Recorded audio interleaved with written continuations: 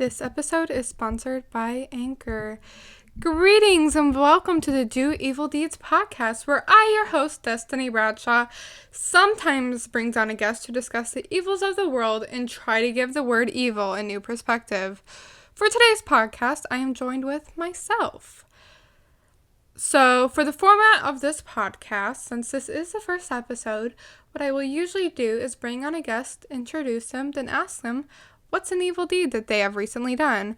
But since it's just me today, for the first ever DoEvilDeeds podcast episode, I will go ahead and share an evil deed that I have done recently. All right, let me just start from the beginning. So, recently I've been running some red lights, and that's not a good thing. So, basically, like whenever the light turns from yellow and goes from yellow to red, I usually have this anxiety of the yellow light, that as soon as it turns yellow, I'm like, I gotta stop. I have to stop. It's just like this weird anxiety that even though I can go, I'll be on the line and I'll be just stomp on the brakes because I'm like, it's yellow. It's yellow. As soon as I cross that line, it's gonna turn red. Even though it doesn't, but whatever. So, I was like, I need to get over this anxiety because it is, it's horrible. Every time that there's a yellow light, I'm just having, I don't know why I keep saying but anyway, every time that there's a yellow light, I'm just thinking to myself, oh no, I gotta stop. And it's, and it's a bad feeling in my stomach. So I'm learning that I have a fear of yellow lights. I mean, I can't be the only one. Maybe. Possibly. Well, anyway. So I was like, I'm gonna get over this fear.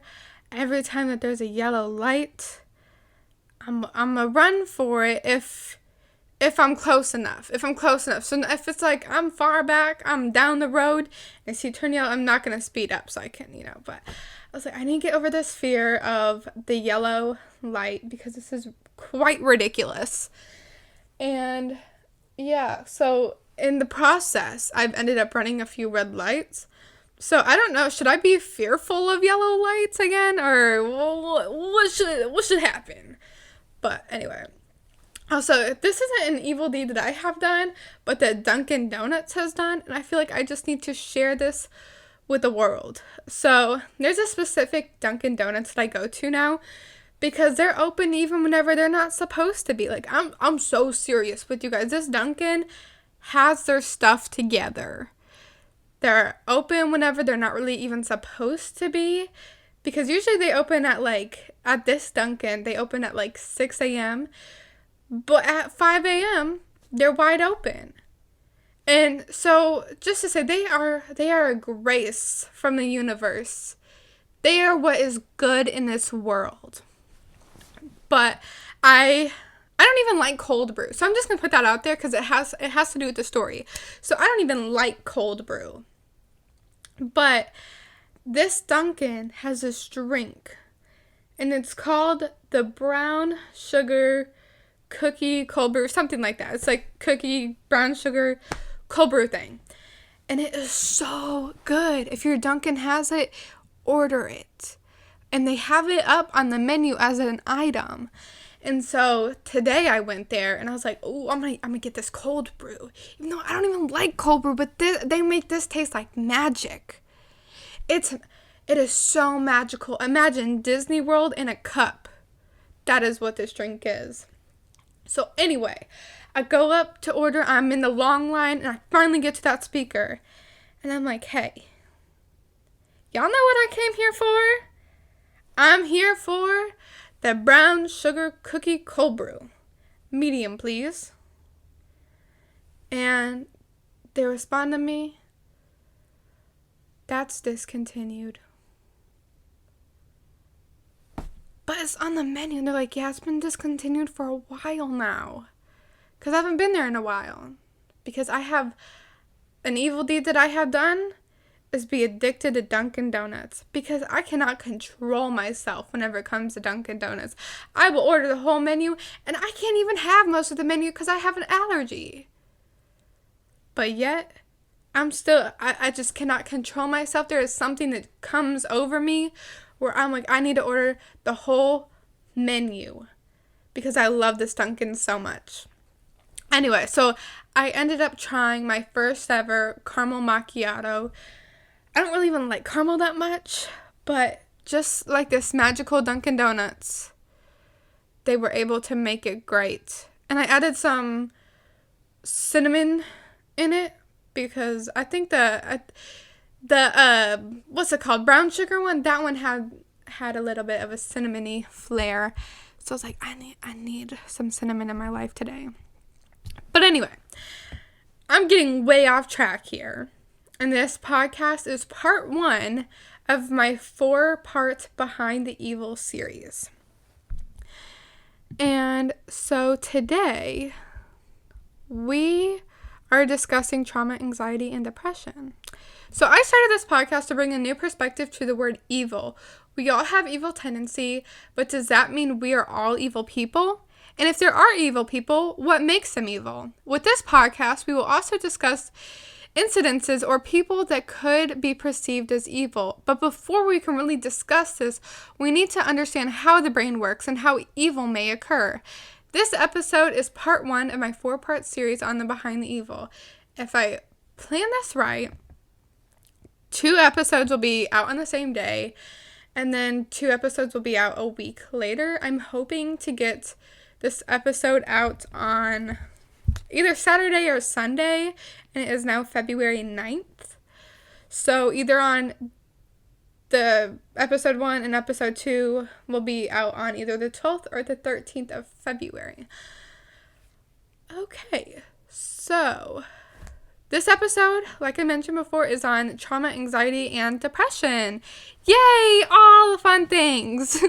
I will have a new episode out every week. For those of you at home, I want to ask you guys what the word evil means to you. So just take a few seconds. You can either put in our Google form that is available in the description of our Instagram, TikTok. What else we have? You can put it in the comments of the YouTube video and in the discussion tab on Spotify of what the word evil means to you. So go ahead and pause and answer. Okay, so the word evil means doing immoral acts.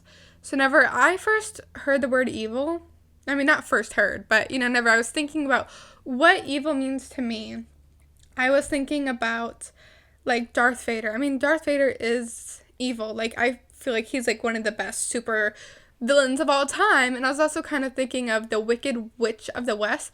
And she is evil, but she's very much someone that I think is a great example of evil because she is evil for a reason. If you watch, there's a movie about her. I forget what it's called though. I think it's called like The Wicked Witch of the West. It's a really good movie and about why she became the way that she is. And also, I also think about The Red Queen, which is also a movie and why she is evil, and that's also a very good example of what I think evil is. I think evil has a reason. Okay, so enough about just evil on its own. We're gonna go ahead and get into trauma. So trauma is experiencing something horrible that causes a lot of distress on a person. And it derives from the Greek word wound. And it triggers the fight or flight senses. So I'm not too sure. I couldn't find a definite answer whenever I was doing my research, but I'm not too sure if every time trauma happens, it triggers a fight or flight. But yeah, so.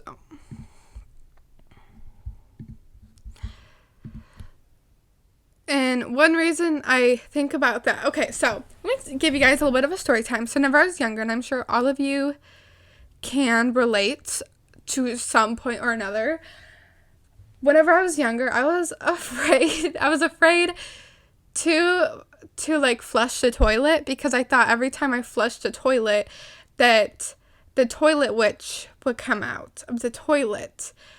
Like that, the flushing would like call her or something, and that would summon her. And so I used to like flush the toilet and run away. And I would try to do it as discreetly as I could, because I was like, I can't tell anybody else about the toilet witch. You know, maybe she's just coming for me. I don't know why I thought that there was a toilet witch. I mean, a lot of people think that there's snakes. A lot of people think that there's like rats that are going to come up and bite your butt whenever you go to the toilet. But no, I was so afraid of the toilet witch. And I'm not even sure if that's even like a folk tale or anything. You know what? I'm going to look it up for the sake of this podcast. If there's such thing as like a folk tale about the toilet witch. No, there's not. There's very much not. I don't know why I thought that there would be. I was like, yeah, somebody had to think of that whenever toilets were first invented, that, you know, it summoned some crazy demonic force, because for some reason, whenever new inventions came, people thought that, you know, it was summoning the devil. So one example of trauma that I find interesting is generational trauma. Generational trauma is when someone in your family experienced a form of trauma from another family member, and that trauma gets passed down. For example, when a father tells his son not to cry, even though crying is a very natural response to something bad that has happened in your life, or in some cases, something good, because, you know, you can cry for good reasons. There's lots of people that cry like whenever their child is born, or whenever they go to Disney World. I don't know why I keep bringing up Disney World as examples for stuff. Maybe I'm subconsciously wanting to go to Disney World, which, I mean, who doesn't? A lot of people think crying is not a masculine thing to do, even though crying has no gender. So one of my friends, he wrote a children's book about this, and it's based off of his life. And the book is called Daddy, Is It Okay to Cry by Dario Yancey, and it is available in paperback on Amazon, and his name is spelled Detario, and his last name is spelled Yancey. He worked very hard on this book. I watched him create it pretty much from start to finish, and he is quite an incredible human being, especially like coming up with this book. But yeah, so I think, yeah, I really do find generational trauma as something very interesting. I don't know why I'm breathing so hard. You like that ASMR?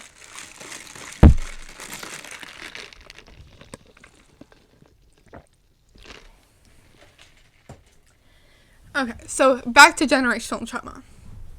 So I do find it very, very interesting, mainly because it's still around. Stuff that was put into people's minds from way back when, even like from at least the start of the United States.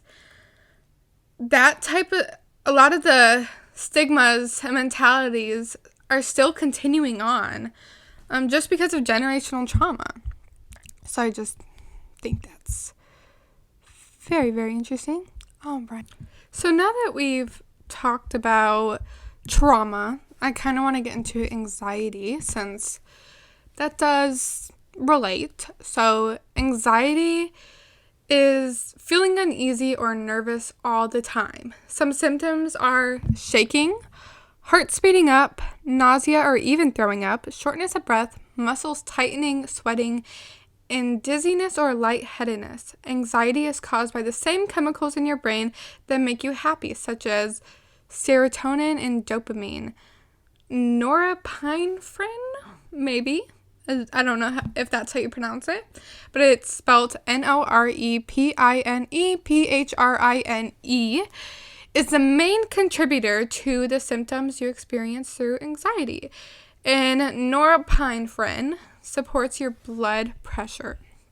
And I'm only saying that because I did not know what it was. I was so confused whenever I was doing research and that word kept coming up, and I was like, what on earth does that mean? So now we know. The more you know.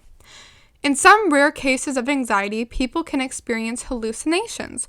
Most of the times, they are auditory hallucinations, but in very, very rare cases, they are visual hallucinations. These hallucinations are not friendly ones either. Most of the time, these hallucinations question things you are doing or make your fears come to life.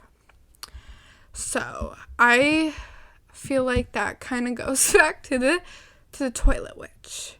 I feel like, with the toilet witch, I mean, this was like a big anxiety. I feel like the reason why I talked about trauma with it is because it did trigger my fight or flight senses. It very much did. Every time I flushed that toilet, I ran out of there. I ran as far as I could away from the toilet without it seeming weird. But maybe it did seem weird. I don't know. Maybe I should ask my parents about that. Anyway, but it was an anxiety. Like every time I would go to flush the toilet, I'd be like, oh, here we go. Gotta get your, my spidey senses would tingle, So anyway, that was an anxiety, as well as maybe trauma. The toilet witch traumatized me, even though she doesn't even exist. Or maybe she does. We don't know. But yeah, so was that a hallucination? I don't think it was, though, because I never saw her. I never heard her. But I was thinking about with anxiety, and I was doing the research with this. Like how you hear your name being called, even whenever nobody's calling it. Because I can hear, like, not really now anymore, but whenever I would have high anxiety moments, I would start to hear people, like, call my name when they weren't calling it. And there's other people that do it, too, because there's other people, such as, like, people I work with, then they'll be like, did you call my name? But I never called them, so they just hallucinated that. Maybe they're having high anxiety, or my mom's done it, too. My dad's done it. Or nobody's calling your name, but you're like, oh, did somebody just call my name? And have one of those type of moments. And then, so I was also thinking about, like, with visual hallucinations, and I couldn't really think of anybody that I know that had hallucinations with visual, but I feel like one could be whenever you think that you set your alarm. I don't know if that's a hallucination. Like, you're like, no, I set my alarm. I know for a fact that I did. But who knows if you really did. Maybe you just hallucinated it because you had high anxiety about getting up for whatever you had to get up with. So, one thing that relates to anxiety is depression. A lot of the times, anxiety and depression are grouped together when talked about. So I'm going to go ahead and jump into that. So depression is a mental illness that causes a person to feel sad or gloomy all the time, or at least a significant amount of time in a person's life. This feeling usually results in a person having low energy or a will to be able to do much throughout the day. A lot of people who have depression feel like they are just going through the motions to survive. Some causes can be trauma, changes to your daily life, such as a change in what you eat, hormones, and by your DNA. The 3 chemicals in your brain that cause depression are serotonin, norepinephrine, and dopamine. So in my high school I went to, we had these things called pathways. So basically, if you wanted to be a doctor, a teacher, a mechanic, whatever the case may be, you had a pathway for that class for what you wanted to be. So when I was a senior, I had a free class, and I decided to take another pathway class on top of, the one that I already had.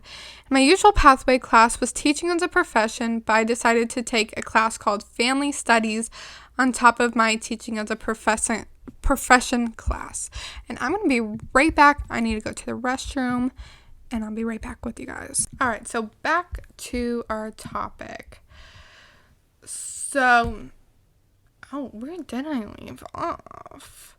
Okay, so I decided to take a class called Family Studies on top of my teaching as a profession class. And basically, this class was a class for people who wanted to be social workers or somewhere in that realm. One day during this class, a social worker from a domestic abuse center in my county came to talk came to talk to us about what she did and, all about her job. And it kind of turned into her storytelling about gruesome experiences that she had, because apparently everybody in that class was just messed up in the head, and we were all wanting to know all of the ugly experiences. So she told us about this one depression story about a woman who hadn't gotten up from her bed in literally years. And she was also like in a very toxic and abusive situation. Like to the point where, but she had been laying in this bed for so long, to the point where her skin was growing to this bed. As in, the bed was now part of her skin. Anyway, I feel like that's a pretty extreme case of mental illness, but I still thought that it was interesting, and it's a pretty extreme case of depression. So just, check up on your loved ones every once in a while. Make sure that they're doing fine and doing okay, because instances like that can happen. And this class was very interesting. Like I learned so much from this class, and it just kind of turned into like this learning experience, rather than I'm just going to take this class for funsies, and this lady that came, she was so informative and telling us about all these different abuse situations and depression and mental illness incidences. And my heart really goes out there to all of the social workers and people in the mental health realm, because if anything, I feel like mental health is more important than your physical health, because it's kind of like a double thing where it usually does affect your physical self and not just your mental. So you're thinking badly, feeling badly, and you're feeling badly because inside you're feeling badly, and then outside you could be feeling badly. Like how I had mentioned with the anxiety, how you can throw up because of it, and your heart speeding up, and have nausea, muscles tightening, and just feel really gross. So that's this episode of part 1 of the 4-part series of the Behind the Evil series. And thank you guys so much for listening to my first ever episode of DoEvilDeeds. It means so much to me. I've been wanting to start a podcast for so long now, and I just didn't really know what to do it on. My life isn't really that interesting, so I can't really talk about my life on here because there's nothing to really talk about. So then I was thinking of, what could I start a podcast on? And so I write books, and I'm working on a book right now, and I also started writing shows. I'm working on 3 pilots right now, and maybe one of them will be picked up one day. But I was, most of the stuff that I write about the evils of the world and why people think certain things. I have a book called The Book of Disappointment, and it's basically about people who are looked at as disappointments from their perspective. And, for example, people who are criminals, and then it's from the criminal's perspective because, maybe they were abused and had trauma, or, they have some other sort of mental illness and they're not looked at properly as a human, because we just have all these stigmas about people. Oh, you're a criminal. You are a criminal, so you're nothing more than that. And that's just not true. I mean, if you've ever known a criminal, because I'm sure all of us know at least one person who has gone to jail or committed some sort of crime, and most of the time they're not, what society looks at them as. Most of the time they're great people. They just kind of got caught up in some sort of scene, or they have mental illness, something bad happened to them, and people just are not understanding of that. So that was my main inspiration behind this podcast. And a lot of the episodes will be fun episodes, I promise, after I get past this 4-part series. I do want to make it more lighthearted and fun, even though some of the topics are pretty heavy. Make it very interesting and all those things. But I really feel like it is important to discuss why evil can occur in order to understand why people do things. But yeah, so I'm not going to make this intro any longer than I've already made it. So thank you guys so much for listening to my first ever episode of DoEvilDeeds, and I hope that I have many more to come out. Don't forget to listen the 3 other episodes I'm going to be putting out. If you're interested in this type of stuff, the psychology behind the evil, you can listen to this podcast on Spotify and YouTube. I'm still working on the other platforms. Our other forms of social media are TikTok and Instagram. You can find us at DoEvilDeeds on everything I just listed on, TikTok and Instagram and YouTube and Spotify. On Spotify, there's a community tab where you can tell... I'm so sorry, that was so loud. On Spotify, there is a community tab where you can tell me your evil stories or experiences or a topic you would just like me to talk about. In the description of this video on YouTube, you can submit your stories and such in the Google form. And on Instagram and TikTok, there is a link tree that has a link to the same Google form. If you would like to put it in the comments of a YouTube video, go right ahead. Anywhere where you think that I would see it, I will probably see it. And if I don't, submit it somewhere else maybe, but I will be checking the Google form. If you want to follow any of my personal or book stuff, because like I mentioned, I am an author/writer, my book socials are at Bradshaw Books on Instagram, Twitter, and TikTok. That is at Bradshaw Books, BRADSHAWBOOKS. My book is called The Book of Disappointment, and my name is Destiny Bradshaw, DESTINY BRADSHAW, and my book is available in paperback and in ebook format on Amazon. And for my personal Instagram, it is at Destiny, DESTINY _Bradshaw, BRADSHAW. All right, that was a very, very long outro, and that outro was definitely an evil deed.